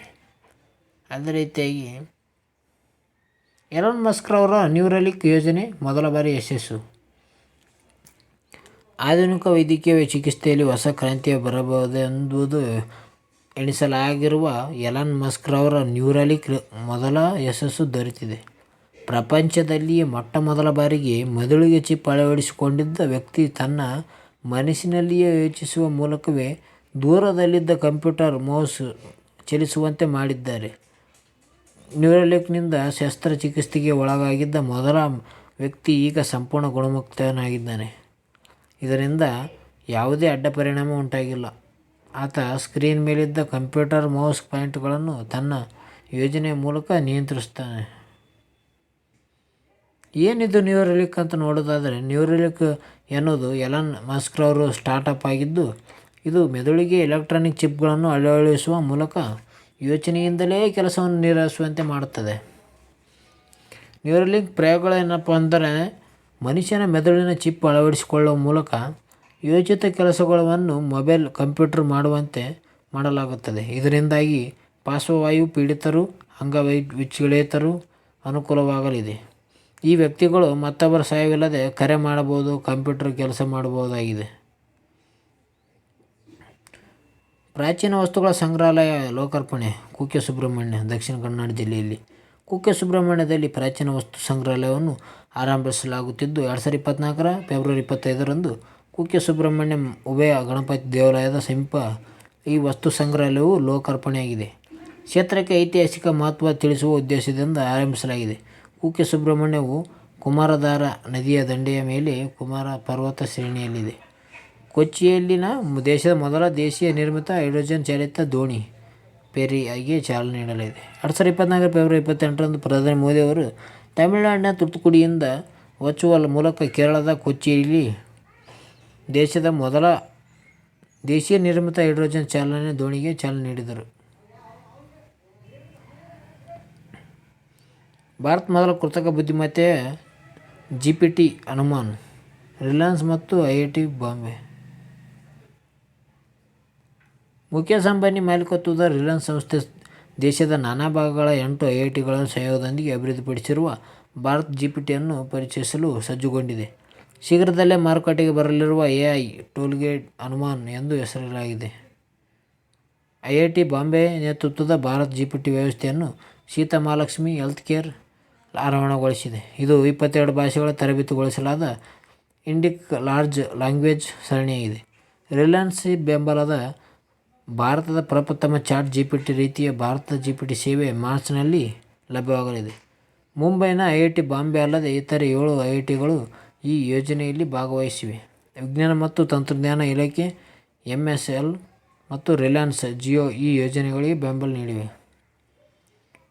11 ಭಾಷೆಗಳಲ್ಲಿ ಪ್ರತಿಕ್ರಿಯೆ ನೋಡೋದಾದರೆ, ಭಾರತ GPT ಅನುಮಾನ್ ಪ್ರಸ್ತುತ ಹಿಂದಿ, ತಮಿಳು, ತೆಲುಗು, ಮಲಯಾಳಂ, ಮರಾಠಿ ಸಹಿತ 11 ಭಾರತೀಯ ಭಾಷೆಗಳಿಗೆ ಪ್ರತಿಕ್ರಿಯಿಸಲಿದೆ. ಭಾರತದ ಎಲ್ಲ 22 ಅಧಿಕೃತ ಭಾಷೆಗಳಿಗೂ ಅದನ್ನು ವಿಸ್ತರಿಸುವ ಗುರಿ ಇದೆ. ಅದೇ ರೀತಿಯಾಗಿ ಮೈಕ್ರೋಸಾಫ್ಟ್ನ ಚಾಟ್ GPT ಮತ್ತು ಗೂಗಲ್ನ ಜಿಮಿನಿ ಕೃತಕ ಬುದ್ಧಿಮತ್ತೆಗೆ ಪ್ರತಿಸ್ಪರ್ಧಿಯಾದ ರಿಲಯನ್ಸ್ನ ಅನುಮಾನ್. ಭಾರತದಲ್ಲಿ ಸ್ಥಳೀಯವಾಗಿ ಅಭಿವೃದ್ಧಿಪಡಿಸಿರುವ ಅನುಮಾನ್ GPTಯು ಈಗಾಗಲೇ ಬಿಡುಗಡೆಯಾಗಿರುವ ಮೈಕ್ರೋಸಾಫ್ಟ್ನ ಕಂಪನಿಯ ಚಾಟ್ GPTಗೆ ಮತ್ತು ಗೂಗಲ್ನ ಜೆಮಿನಿ ಕೃತಕ ಬುದ್ಧಿಮತ್ತೆಗೆ ಸ್ಪರ್ಧಿಯಾಗಿ ಬಿಡುಗಡೆಯಾಗಲಿದೆ. ಅನುಮಾನ್ GPTಯು ಉಚಿತವಾಗಿ ಸೇವೆಯನ್ನು ಒದಗಿಸಲಿದೆ, ಆದರೆ ಚಾಟ್ GPT ಮತ್ತು ಗೂಗಲ್ನ ಜೆಮಿನಿ ಶುಲ್ಕವನ್ನು ಒಳಗೊಂಡಿದೆ. ಓಪನ್ AI ಸೃಷ್ಟಿಕರ್ತ ಚಾಟ್ GPTಯ CEO ಆಗಿರುವ ಸ್ಯಾಮ್ ಆಲ್ಟ್ಮನ್. ಅದೇ ರೀತಿ ಪರಮಾಣು ಶಕ್ತಿ ಕ್ಷೇತ್ರದಲ್ಲಿ ಮೊದಲ ಬಾರಿಗೆ ಖಾಸಗಿ ಹೂಡಿಕೆ. ಭಾರತೀಯ ಅಣು ಕ್ಷೇತ್ರದಲ್ಲಿ ಮೊದಲ ಬಾರಿಗೆ ಖಾಸಗಿ ಹೂಡಿಕೆಗೆ ಭಾರತ ಸರ್ಕಾರವು ಅವಕಾಶ ನೀಡಿದೆ. ಈ ವಲಯದಲ್ಲಿ 21.5 ಲಕ್ಷ ಕೋಟಿ ರೂಪಾಯಿಗಳ ಹೂಡಿಕೆ ಮಾಡುವಂತೆ ಕೇಂದ್ರ ಆಹ್ವಾನಿಸಿದೆ. ಇದರಲ್ಲಿ ಟಾಟಾ, ರಿಲಯನ್ಸ್, ಅದಾನಿ, ವೇದಾಂತ ಕಂಪನಿಗಳು ಆಸಕ್ತಿ ತೋರಿಸಿವೆ. ಭಾರತದ ಅಣು ಇಂಧನ ವಲಯದಲ್ಲಿ ಸಂಪೂರ್ಣ ಸರ್ಕಾರದ ಅಧೀನದಲ್ಲಿದ್ದು, ಹೀಗಾಗಿ ಹೊಸ ಖಾಸಗಿ ಹೂಡಿಕೆ ರಿಯಾಕ್ಟರ್ಗಳವರೆಗೆ ನಿರ್ಮಾಣ, ಭೂಮಿ ಖರೀದಿ, ನೀರು ಮತ್ತು ಇತರೆ ಮೂಲಭೂತ ಸೌಕರ್ಯ ಕ್ಷೇತ್ರದಲ್ಲಿ ಸೀಮಿತವಾಗಿರಲಿದೆ. ರಿಯಾಕ್ಟರ್ ನಿರ್ಮಾಣ, ವಿದ್ಯುತ್ ಉತ್ಪಾದನೆಯನ್ನು ಸಂಪೂರ್ಣವಾಗಿ ಸರ್ಕಾರಿ ಸ್ವಾಮ್ಯದ NPCIL ನಿರ್ವಹಿಸಲಿದೆ. ಇದಕ್ಕೆ ಅದು ಶುಲ್ಕ ನಡೆಯಲಿದೆ. ಇನ್ನು ಹೂಡಿಕೆ ಮಾಡಿದ ಕಂಪನಿಗಳನ್ನು ವಿದ್ಯುತ್ ಮಾರಾಟದ ಲಾಭ ಪಡೆದುಕೊಳ್ಳಬಹುದಾಗಿದೆ. ಖಾಸಗಿ ಹೂಡಿಕೆ ಮೂಲಕ ಹಾಲಿ ಇರುವ ಅಣುಶಕ್ತಿ ಸಾಮರ್ಥ್ಯವನ್ನು 7,500 ಮೆಗಾವ್ಯಾಟ್ನಿಂದ 2040 ರ ವೇಳೆಗೆ 11,000 ಮೆಗಾವ್ಯಾಟ್ ಏರಿಸುವ ಗುರಿಯನ್ನು ಸರ್ಕಾರ ಹೊಂದಿದೆ. ಅದೇ ರೀತಿಯಾಗಿ ಭಾರತೀಯ ನೌಕಾಪಡೆಗೆ 403 SRCJ ಅತ್ಯಾಧುನಿಕ ಗನ್. ಭಾರತೀಯ ನೌಕಾಪಡೆಗೆ ಕರಾವಳಿ ಗಸ್ತುಪಡೆಯ ಅತ್ಯಾಧುನಿಕ 463 ಸ್ಟೈಬಲೈಟ್ಸ್ ರಿಮೋಟ್ ಕಂಟ್ರೋಲ್ ಗನ್ಗಳನ್ನು ಉತ್ಪಾದಿಸಿ ಪೂರೈಸುವ ಯೋಜನೆ ಕುರಿತು ರಕ್ಷಣಾ ಸಚಿವಾಲಯವು ಕಾನ್ಪುರ್ ಮೂಲಕ advanced weapons equipment India limited company ಜೊತೆ 1,752 ಕೋಟಿ ರೂಪಾಯಿಗಳ ಮೊತ್ತದಲ್ಲಿ ಒಪ್ಪಂದಕ್ಕೆ ಸಹಿ ಹಾಕಿದೆ. ಅತ್ಯಾಧುನಿಕ 12.7 mm ಸ್ಟೈಬಲೈಸ್ಡ್ ರಿಮೋಟ್ ಕಂಟ್ರೋಲ್ ಗನ್ಗಳನ್ನು ಶೇಕಡಾ 85ರಷ್ಟು ಸ್ವದೇಶಿ ನಿರ್ಮಿಸುವಂತಾಗಿದೆ. ಆತ್ಮನಿರ್ಭರ್ ಭಾರತ್ ಯೋಜನೆಯಡಿ ಇದು ಬಲ ತುಂಬಲಿದ್ದು, 5 ವರ್ಷಗಳಲ್ಲಿ 125ಕ್ಕೂ ಹೆಚ್ಚು ಭಾರತೀಯ ಮಾರಾಟವನ್ನು ಮತ್ತು ಸರ್ಕಾರ ಸ್ವಾಮ್ಯದ ಉದ್ಯಮಗಳಿಗೆ ರಕ್ಷಣಾ ಪರಿಕರಗಳ ಉತ್ಪಾದನೆಯಲ್ಲಿ ಹೇರಳ ಅವಕಾಶವನ್ನು ತೆರೆದುಕೊಳ್ಳಲಿದೆ. ಅದೇ ರೀತಿಯಾಗಿ 2023 ಮತ್ತು 24ನೇ ಸಾಲಿನ ವೀರ ರಾಣಿ ಅಬ್ಬಕ್ಕ ಪ್ರಶಸ್ತಿ ಪುರಸ್ಕೃತರು. ವಿಶೇಷ ಚೇತನ ಕ್ರೀಡಾಪಟುಗಳು ಡಾಕ್ಟರ್ ಮಾಲತಿ ಹೊಳ್ಳ ಮತ್ತು ಸಾಹಿತಿ ಡಾಕ್ಟರ್ ಪ್ರಮೀಳಾ ಮಾಧವ್ ಅವರು 2023-24ನೇ ಸಾಲಿನ ಉಳ್ಳಾಳ ವೀರ ರಾಣಿ ಅಬ್ಬಕ್ಕ ಪ್ರಶಸ್ತಿಗೆ ಆಯ್ಕೆಯಾಗಿದ್ದಾರೆ. ಉಳ್ಳಾಳ ವೀರ ರಾಣಿ ಅಬ್ಬಕ್ಕ ಉತ್ಸವವು 1997ರಲ್ಲಿ ಆರಂಭವಾಯಿತು. ಪ್ರತಿ ವರ್ಷ ಇಬ್ಬರು ಮಹಿಳಾ ಸಾಧಕರಿಗೆ ರಾಣಿ ಅಬ್ಬಕ್ಕ ಪ್ರಶಸ್ತಿಯನ್ನು ನೀಡಲಾಗುತ್ತಿದ್ದು 2023-24ನೇ ಸಾಲಿನ ಇಬ್ಬರನ್ನು ಆಯ್ಕೆ ಮಾಡಲಾಗಿದೆ. ಯಾರಪ್ಪ ಅಂದರೆ ಡಾಕ್ಟರ್ ಮಾಲತಿ ಹೊಳ್ಳ ಮತ್ತು ಸಾಹಿತ್ಯ ಡಾಕ್ಟರ್ ಪ್ರಮೀಳಾ ಮಾಧವನ್. ಮೊದಲ ಮಹಿಳಾ ಸ್ವಾತಂತ್ರ್ಯ ಹೋರಾಟಗಾರ್ತಿ ವೀರ ರಾಣಿ ಅಬ್ಬಕ್ಕನ ಬಗ್ಗೆ ಮಾಹಿತಿ ನೋಡೋದಾದರೆ, ಅಬ್ಬಕ್ಕ ರಾಣಿ ಅಥವಾ ಅಬ್ಬಕ್ಕ ಮಹಾದೇವಿ ತುಳು ನಾಡಿನ ರಾಣಿಯಾಗಿದ್ದಳು. 16ನೇ ಶತಮಾನದಲ್ಲಿ ದ್ವಿತೀಯಾರ್ಧದಲ್ಲಿ ಪೋರ್ಚುಗೀಸರೊಡನೆ ಹೋರಾಡಿದಳು. ರಾಣಿಯು ದೇವರಾಯದ ನಗರಿ ಮೂಡಬಿದರೆ ಪ್ರದೇಶವನ್ನು ಆಳಿದ ಚೌಟ ವಂಶಕ್ಕೆ ಸೇರಿದವಳು. ಯಾವ ವಂಶ? ಚೌಟ ವಂಶಕ್ಕೆ ಸೇರಿದವಳು. 1525ರಿಂದ 1570ರವರೆಗೆ ಆಳ್ವಿಕೆ ನಡೆಸಿದ್ದು. ಬಂದರು ನಗರಿ ಉಳ್ಳಾಳವು ಈಕೆಯ ರಾಜಧಾನಿಯಾಗಿತ್ತು. ಆಯಾ ಕಠಿಣ ಪ್ರದೇಶವಾದ ಉಳ್ಳಾಳವನ್ನು ವಶಪಡಿಸಿಕೊಳ್ಳಲು ಪೋರ್ಚುಗೀಸರು ಅನೇಕ ಪ್ರಯತ್ನವನ್ನು ನಡೆಸಿದರು. ಆದರೆ ರಾಣಿಯು ಅವರ ಪ್ರಯತ್ನವನ್ನು 4 ದಶಕಗಳ ಕಾಲ ಹಿಮ್ಮೆಟ್ಟಿಸಿದಳು. ಅವಳ ಧೈರ್ಯದಿಂದಾಗಿಯೇ ಅಭಯ ರಾಣಿ ಎಂದು ಹೆಸರಾಗಿದ್ದಳು. ಈಕೆ ವಸಾಹತುಶಾಹಿಗಳ ವಿರುದ್ಧ ಹೋರಾಡಿದ ಮೊದಲ ಭಾರತೀಯ ಒಬ್ಬಳು ಮತ್ತು ಮೊದಲ ಮಹಿಳಾ ಸ್ವಾತಂತ್ರ್ಯ ಹೋರಾಟಗಾರ್ತಿಯಾಗಿದ್ದಾರೆ. ಅದೇ ರೀತಿಯಾಗಿ ಹಾಸ್ಯ ನಟ ಉಮೇಶ್ಗೆ 2023 ಮತ್ತು 24ನೇ ಸಾಲಿನ ಡಾಕ್ಟರ್ ರಾಜ್ಕುಮಾರ್ ಪ್ರಶಸ್ತಿ. ಕನ್ನಡ ಸಾಹಿತ್ಯ ಪರಿಷತ್ತು ಕಸಾಪದಿಂದ ನೀಡುವ ಡಾಕ್ಟರ್ ರಾಜ್ಕುಮಾರ್ ಸಾಂಸ್ಕೃತಿಕ ದತ್ತಿ ಪ್ರಶಸ್ತಿಗೆ ಹಾಸ್ಯ ನಟ ಉಮೇಶ್ ಆಯ್ಕೆಯಾಗಿದ್ದಾರೆ. ಕಸಾಪ ಅಧ್ಯಕ್ಷ ಮಹೇಶ್ ಜೋಶಿ ನೇತೃತ್ವದ ಸಮಿತಿಯು ಆಯ್ಕೆ ಮಾಡಿದೆ. ಈ ಪ್ರಶಸ್ತಿಯು 25,000 ರೂಪಾಯಿ ನಗದು ಮತ್ತು ಸ್ಮರಣೀಯ ಒಳಗೊಂಡಿದೆ. ಡಾಕ್ಟರ್ ರಾಜ್ಕುಮಾರ್ ಅವರು ತಮ್ಮದೇ ಆದ ದಾದಾ ಸಾಹೇಬ್ ಫಾಲ್ಕೆ ಪ್ರಶಸ್ತಿ ಬಂದಾಗ ನಗದು ಮೊತ್ತವನ್ನು ಕನ್ನಡ ಸಾಹಿತ್ಯ ಪರಿಷತ್ನಲ್ಲಿ ದತ್ತು ನಿಧಿಗೆ ಸ್ಥಾಪಿಸಿದರು. ನಂತರದಲ್ಲಿ ನಿರ್ಮಾಪಕಿ ಡಾಕ್ಟರ್ ಪಾರ್ವತಮ್ಮ ರಾಜ್ಕುಮಾರ್ ಅವರು ಈ ದತ್ತಿ ಪ್ರಶಸ್ತಿಗೆ ಇನ್ನಷ್ಟು ಮೊತ್ತವನ್ನು ನೀಡಿದರು. ಉಮೇಶ್ ರವರು ಅವರಿಗೆ 2023-24ನೇ ಸಾಲಿನ ಪ್ರಶಸ್ತಿಯನ್ನು ನೀಡಲಾಗಿದೆ. ಉಮೇಶ್ ರವರು ಕೆ. ಹಿರಣ್ಣಯ್ಯ ಮಿತ್ರ ಮಂಡಳಿ ಮತ್ತು ಗುಬ್ಬಿ ನಾಟಕ ಕಂಪನಿಯಲ್ಲಿ ಬಾಲ ನಟರಾಗಿ ಪ್ರಸಿದ್ಧಿ ಪಡೆದಿದ್ದರು. ಪುಟ್ಟಣ್ಣ ಕಣಗಾಲ್ ಅವರ ಕಥಾಸಂಗಮದ ಮೂಲಕ ಬೆಳ್ಳಿ ತೆರೆಯಲ್ಲಿ ಮೇಲೆ ಅವರು ಇದುವರೆಗೂ 400ಕ್ಕೂ ಹೆಚ್ಚು ಚಿತ್ರಗಳಲ್ಲಿ ಅಭಿನಯಿಸಿದ್ದಾರೆ. ಅವರಿಗೆ ಹಾಸ್ಯ ಪಾತ್ರಗಳಲ್ಲಿ ಹೆಚ್ಚು ಗೌರವ ತಂದುಕೊಟ್ಟಿದೆ. ಅದೇ ರೀತಿಯಾಗಿ ಪಾಕಿಸ್ತಾನದ ನೂತನ ಪ್ರಧಾನಿ ಶೆಹಬಾಜ್ ಶರೀಫ್ ಮತ್ತು ಅಧ್ಯಕ್ಷರಾಗಿ ಆಸಿಫ್ ಜರ್ದಾರಿ ಆಯ್ಕೆ. ಇಸ್ಲಾಮಿಕ್ ರಿಪಬ್ಲಿಕ್ ಆಫ್ ಪಾಕಿಸ್ತಾನದ ನೂತನ ಪ್ರಧಾನಿಯಾಗಿ ಶೆಹಬಾಜ್ ಶರೀಫ್ ಅವರು 2024 ಮಾರ್ಚ್ 4ರಿಂದ ಸೇವೆ ಸಲ್ಲಿಸುತ್ತಿದ್ದು ಮತ್ತು ಮುಂದಿನ ಪಾಕಿಸ್ತಾನದ ಅಧ್ಯಕ್ಷರಾಗಿ PPP ಪಕ್ಷದ ಆಸಿಫ್ ಜರ್ದಾರಿ ಅವರನ್ನು ಆಯ್ಕೆ ಮಾಡಲಾಗಿದೆ. 2024 ಫೆಬ್ರವರಿ 8ರಂದು ಚುನಾವಣೆಗೆ ನಡೆದ ಬಳಿಕ ಬಿಲ್ವಾಲ್ ಭುಟ್ಟೋ ರವರ PPP ಪಕ್ಷ ಹಾಗೂ PML ಪಕ್ಷ ಸರ್ಕಾರವು ರಚನೆಗೆ ಒಪ್ಪಂದ ಮಾಡಿಕೊಂಡವು. ಈ ಒಪ್ಪಂದದ ಹಿನ್ನೆಲೆಯಲ್ಲಿ ಎರಡೂ ಪಕ್ಷಗಳು ಸೇರಿ PML-N ಪಕ್ಷದ ನಾಯಕರಾದ ಶೆಹಬಾಜ್ ಶರೀಫ್ ಅವರನ್ನು ಮುಂದಿನ ಪ್ರಧಾನಿಯನ್ನಾಗಿ ಆಯ್ಕೆ ಮಾಡಿದ್ದಾರೆ. ಇವರು 2ನೇ ಬಾರಿ ಪ್ರಧಾನಿಯಾಗಿ ಆಯ್ಕೆಯಾಗಿದ್ದಾರೆ. ಇವರು ಪಾಕಿಸ್ತಾನದ ಮಾಜಿ ಪ್ರಧಾನಿ ನವಾಜ್ ಶರೀಫ್ ಅವರ ಸೋದರನಾಗಿದ್ದಾರೆ.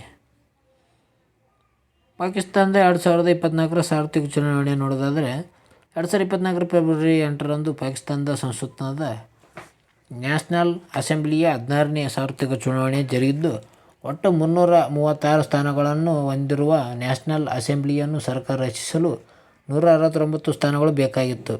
ಆದರೆ ಸಾರ್ವತ್ರಿಕ ಚುನಾವಣೆಯಲ್ಲಿ ಯಾವುದೇ ಪಕ್ಷಕ್ಕೆ ಸ್ಪಷ್ಟ ಬಹುಮತ ಬರದ ಕಾರಣ ಅತಂತ್ರ ಪರಿಸ್ಥಿತಿ ನಿರ್ಮಾಣವಾಯಿತು. ಈ ಹಿನ್ನೆಲೆಯಲ್ಲಿ ಶೆಹಬಾಜ್ ಶರೀಫ್ ನೇತೃತ್ವದ ಪಾಕಿಸ್ತಾನ್ ಮುಸ್ಲಿಂ ಲೀಗ್ PML-N ಪಕ್ಷವು 108 ಸ್ಥಾನವನ್ನು ಪಡೆಯಿತು. ಈ ಪಕ್ಷವು ಬಿಲ್ವಾಲ್ ಭುಟ್ಟೋ ಜರ್ದಾರಿ ಅವರ ನೇತೃತ್ವದ ಪಾಕಿಸ್ತಾನದ ಪೀಪಲ್ಸ್ ಪಾರ್ಟಿಯೊಂದಿಗೆ ಮೈತ್ರಿ ಮಾಡಿಕೊಂಡಿತ್ತು ಸರ್ಕಾರ ರಚಿಸಲು ಮುಂದಾಗಿದೆ. ಈ ಮೈತ್ರಿಯಲ್ಲಿ PML-N ಪಕ್ಷದ ಮುಖಂಡ ಶೆಹಬಾಜ್ ಶರೀಫ್ ಅವರನ್ನು ಮುಂದಿನ ಪ್ರಧಾನಿಯಾಗಿ ಆಯ್ಕೆ ಮಾಡಿದೆ. PP ಪಕ್ಷದ ಆಸಿಫ್ ಅಲ್ ಜರ್ದಾರಿ ಅವರನ್ನು ಅಧ್ಯಕ್ಷನಾಗಿ ನೇಮಕ ಮಾಡಲು ಒಪ್ಪಂದವಾಗಿದೆ. ಪಾಕಿಸ್ತಾನದ ಮೊಟ್ಟಮೊದಲನೇ ಪ್ರಧಾನಿಯಾಗಲು ಲಿಯಾಖತ್ ಅಲಿ ಖಾನ್ ರವರು ಹಾಗೂ ಪಾಕಿಸ್ತಾನದ ಮೊದಲ ಚುನಾಯಿತ ಅಧ್ಯಕ್ಷರಾಗಿ ಮಿರ್ಜಾ ಅವರನ್ನು ಕಾರ್ಯನಿರ್ವಹಿಸುತ್ತಿದ್ದರು.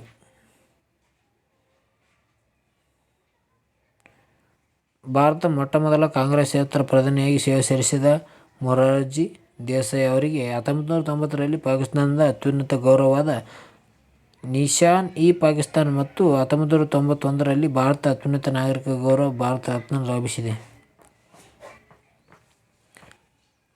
500 ವಿಕೆಟ್ ಕ್ಲಬ್ಗೆ ಸೇರಿದ ಭಾರತದ ಬೌಲರ್ ರವಿಚಂದ್ರನ್ ಅಶ್ವಿನ್.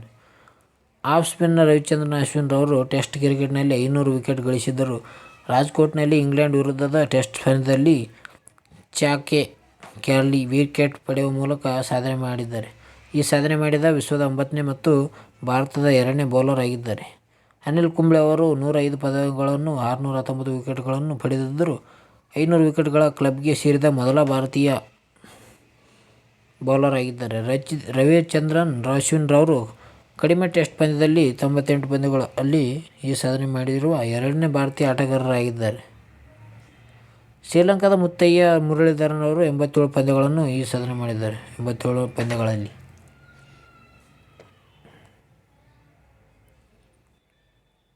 ಅದೇ ರೀತಿಯಾಗಿ ಮಾರಿಷಸ್ನ ಅಗಲೇಗ ದ್ವೀಪದಲ್ಲಿ ಹೊಸ ಏರ್ ಸ್ಟ್ರಿಪ್ ಮತ್ತು ಚಿಟ್ಟಿಯನ್ನು ಮಾರಿಷಸ್ ಪ್ರಧಾನಿ ಮತ್ತು ಭಾರತ ಪ್ರಧಾನಿ ಜಂಟಿಯಾಗಿ ಉದ್ಘಾಟನೆ ಮಾಡಿದರು.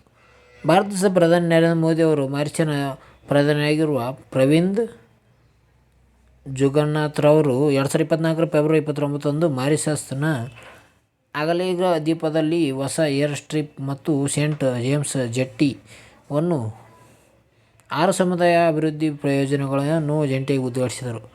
ಈ ಯೋಜನೆಗಳನ್ನು ಮಾರಿಷಸ್ ಮತ್ತು ಅಗಲೇಗ ನಡುವಿನ ಉತ್ತಮ ಸಂಪರ್ಕದ ಬೇಡಿಕೆಯನ್ನು ಪೂರೈಸುತ್ತದೆ, ಕಡಲ ಭದ್ರತೆಯನ್ನು ಬಲಪಡಿಸುವುದು ಮತ್ತು ಸಾಮಾಜಿಕ ಆರ್ಥಿಕ ಅಭಿವೃದ್ಧಿಯನ್ನು ಉತ್ತೇಜಿಸುತ್ತದೆ. 2024 ಫೆಬ್ರವರಿ 12ರಂದು ಮಾರಿಷಸ್ನಲ್ಲಿ ಉಭಯ ರಾಷ್ಟ್ರಗಳ ನಾಯಕರುಗಳು UPI ಮತ್ತು ರುಪೇ ಕಾರ್ಡ್ ಸೇವೆಗಳನ್ನು ಇತ್ತೀಚೆಗೆ ಪ್ರಾರಂಭಿಸಿದ ನಂತರ ಈ ಯೋಜನೆಗಳ ಉದ್ಘಾಟನೆ ಮಹತ್ವದ್ದಾಗಿದೆ. ರಿಪಬ್ಲಿಕ್ ಆಫ್ ಮಾರಿಷಸ್ ದೇಶಗಳ ಶಾಸಕಾಂಗ ರಾಷ್ಟ್ರೀಯ ಅಸೆಂಬ್ಲಿ. ಕರೆನ್ಸಿ ನೋಡೋದಾದರೆ ಮಾರಿಟಿಯನ್ ರುಪಿ. 6 ನದಿ ಪಾತ್ರಗಳ ಸ್ವಚ್ಛತೆ ಅಧ್ಯಯನ. 12 ಸಂಸ್ಥೆಗಳು ಮತ್ತು ಕೇಂದ್ರ ಜಲಶಕ್ತಿ ಸಚಿವಾಲಯದ ಒಪ್ಪಂದ. ಕರ್ನಾಟಕದಲ್ಲಿ ಹರಿಯುವ ಕೃಷ್ಣಾ, ಕಾವೇರಿ ಸೇರಿದಂತೆ ದೇಶದ ಪ್ರಮುಖ 6 ನದಿಗಳ ಜಲಾನಯನ ಪ್ರದೇಶಗಳ ಸ್ವಚ್ಛತಾ ಕಾರ್ಯಗಳನ್ನು ಕೈಗೆತ್ತಿಕೊಳ್ಳಲು ಕೇಂದ್ರ ಸರ್ಕಾರ ಮುಂದಾಗಿದೆ. ಈ ಕುರಿತು ಅಧ್ಯಯನ ನಡೆಸಿ ವಿಸ್ತೃತ ವರದಿ ಸಿದ್ಧಪಡಿಸುವುದಕ್ಕಾಗಿ ದೇಶದ 12 ಪ್ರತಿಷ್ಠಿತ ತಾಂತ್ರಿಕ ಶಿಕ್ಷಣ ಸಂಸ್ಥೆಗಳು ಆಯ್ಕೆ ಮಾಡಲಾಗಿದೆ. ಈ ಸಂಬಂಧ ಕೇಂದ್ರ ಜಲಶಕ್ತಿ ಸಚಿವಾಲಯ, ರಾಷ್ಟ್ರೀಯ ನದಿ ಸಂರಕ್ಷಣಾ ನಿರ್ದೇಶನಾಲಯ ಹಾಗೂ 12 ಸಂಸ್ಥೆಗಳು 2024 ಫೆಬ್ರವರಿ 28ರಂದು ರಾಷ್ಟ್ರೀಯ ನದಿ ಸಂರಕ್ಷಣಾ ಯೋಜನೆಯಡಿ ಒಪ್ಪಂದದ ಸಹಿ ಹಾಕಿವೆ. ನರ್ಮದಾ ಮತ್ತು ಗೋದಾವರಿ ಪೆರಿಯಾರ್ ಹಾಗೂ ಮಹಾನದಿ ಯೋಜನೆಯಲ್ಲಿರುವ ಇತರೆ ನದಿಗಳಾಗಿವೆ. ಈ ಹಿನ್ನೆಲೆಯಲ್ಲಿ ಮೊದಲ ಗಂಗಾ ನದಿಗಳ ಜಲಾನಯನ ಪ್ರದೇಶಗಳ ನಿರ್ವಹಣೆ ಮತ್ತು ಅಧ್ಯಯನವನ್ನು IIT ಕಾನ್ಪುರ್ ನೇತೃತ್ವದಲ್ಲಿ ಜರುಗಿದ ಹಿನ್ನೆಲೆಯಲ್ಲಿ ಈ ತತ್ವವನ್ನೇ ದೇಶದ 6 ನದಿಗಳಿಗೂ ಅಳವಡಿಸಲಾಗಿದೆ. 6 ನದಿ ಪಾತ್ರ ನಿರ್ವಹಣೆ ಯೋಜನೆ ಕುರಿತು ನೋಡೋದಾದರೆ 12 ಅಧ್ಯಯನ ಸಂಸ್ಥೆಗಳು. ಮೊದಲನೇದಾಗಿ ಕಾವೇರಿ ನದಿ, ಬೆಂಗಳೂರಿನ IISc ಮತ್ತು ತಿರುಚಿಯ IIT. ಎರಡನೇದಾಗಿ ಮಹಾನದಿ, ಮೂರನೇದಾಗಿ ನರ್ಮದಾ, ನಾಲ್ಕನೇದು ಗೋದಾವರಿ, ಐದನೇದು ಪೆರಿಯಾರ್, ಆರನೇದು ಕೃಷ್ಣಾ ನದಿ. ವೀರಪ್ಪ ಮೊಯ್ಲಿ ಅವರ ವಿಶ್ವದ ಸಾಂಸ್ಕೃತಿಕ ಮಹಾಯಾನ ಪುಸ್ತಕ ಬಿಡುಗಡೆ ಮಾಡಿದ್ದಾರೆ. ಕರ್ನಾಟಕದ ಮಾಜಿ ಮುಖ್ಯಮಂತ್ರಿಯಾಗಿರುವ ಡಾ. ವೀರಪ್ಪ ಮೊಯ್ಲಿ ಅವರು ರಚಿಸಿದ ವಿಶ್ವ ಸಂಸ್ಕೃತಿ ಮಹಾಯಾನ ಗದ್ಯ ಮಹಾಕಾವ್ಯದ ಮೊದಲ ಸಂಪುಟದ 2024 ಮಾರ್ಚ್ 2ರಂದು ಬಿಡುಗಡೆಯಾಯಿತು. ಈ ಗದ್ಯ ಕಾವ್ಯವನ್ನು 4 ಸಂಪುಟಗಳಲ್ಲಿ ಹೊರ ತರಲಾಗುತ್ತಿದೆ. ಪ್ರಮುಖ ಕಾದಂಬರಿಗಳು: ತೆಂಬರ, ಸುಳಿಗಾಳಿ, ಸಾಗರದೀಪ. ಕೊಟ್ಟ ಮಹಾಕಾವ್ಯಗಳು ನೋಡೋದಾದರೆ ಶ್ರೀರಾಮಾಯಣ, ಮಹಾಭಾರತ ಮಹಾಕಾವ್ಯ.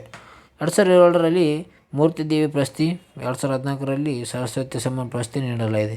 ಶ್ರೀರಾಮಾಯಣ ಅಹಿಂಸೆಯ ದಿಗ್ವಿಜಯ ಮಹಾಕಾವ್ಯ ಆಗಿದೆ. 2021ರಲ್ಲಿ ಕೇಂದ್ರ ಸಾಹಿತ್ಯ ಅಕಾಡೆಮಿ ಪ್ರಶಸ್ತಿ ನೀಡಲಾಗಿದೆ. ವೀರಪ್ಪ ಮೊಯ್ಲಿ ಅವರ ಆತ್ಮಚರಿತ್ರೆ ಯಾವುದಪ್ಪ ಅಂದರೆ ನನ್ನ ಬೊಗಸೆಯಲ್ಲಿ ಆಕಾಶ.